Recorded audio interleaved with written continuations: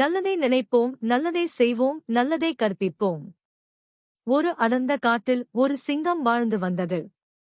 சிங்கம் காட்டிற்கு ராஜாவாக இருப்பதால் காட்டில் எடுக்கும் எந்த முடிவாக இருந்தாலும் அது சிங்கம்தான் எடுக்கும்.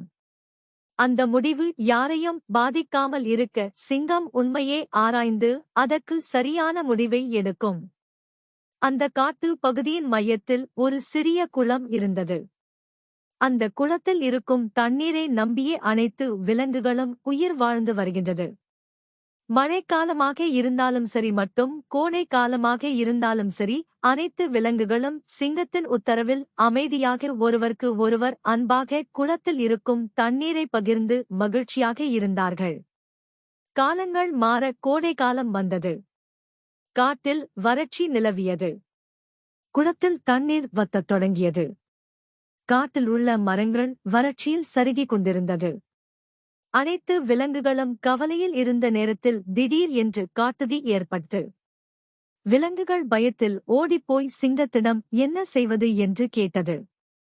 அதற்கு சிங்கம், இயற்கையை வெல்ல நம்மிடம் சக்தி கிடையாது, அதனால் அனைவரையும் அமைதியே இருங்கள் என்று சொல்லிவிட்டு சென்றது. அனைத்து விலங்குகளும் ஒன்றும் புரியவில்லை. இதுவா சிங்கத்தின் தீர்ப்பு? இது முட்டாள்தனமானது. தீயை அணைக்காமல் வேடிக்கை பார்ப்பதா என சில விலங்குகள் சிங்கத்தின் பேச்சை மீறி முடிவெடுக்க நினைத்தது.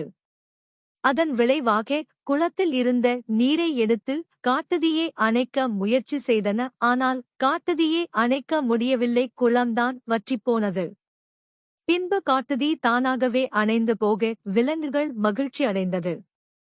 கூட்டத்தில் இருந்த சில விலங்குகள் காட்டுக்கு ராஜாவாக இருக்க சிங்கத்துக்கு தகுதி கிடையாது. அனைத்து விலங்குகளும் துயரத்தில் இருக்கும் பொழுது சரியான முடிவை எடுக்க தெரியாமல் அமைதியாக இருக்க சொல்லி நம்மை அழிக்க பார்த்தது என சொல்லி சிங்கத்திடம் முறையிட்டனர்.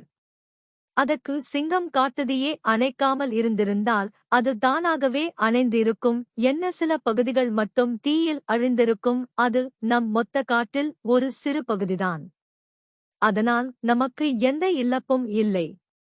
ஆனால் நீங்கள் அதை அணைக்க முயற்சி செய்து குளத்தில் இருக்கும் தண்ணீரை வீண் செய்து விட்டீர்கள்.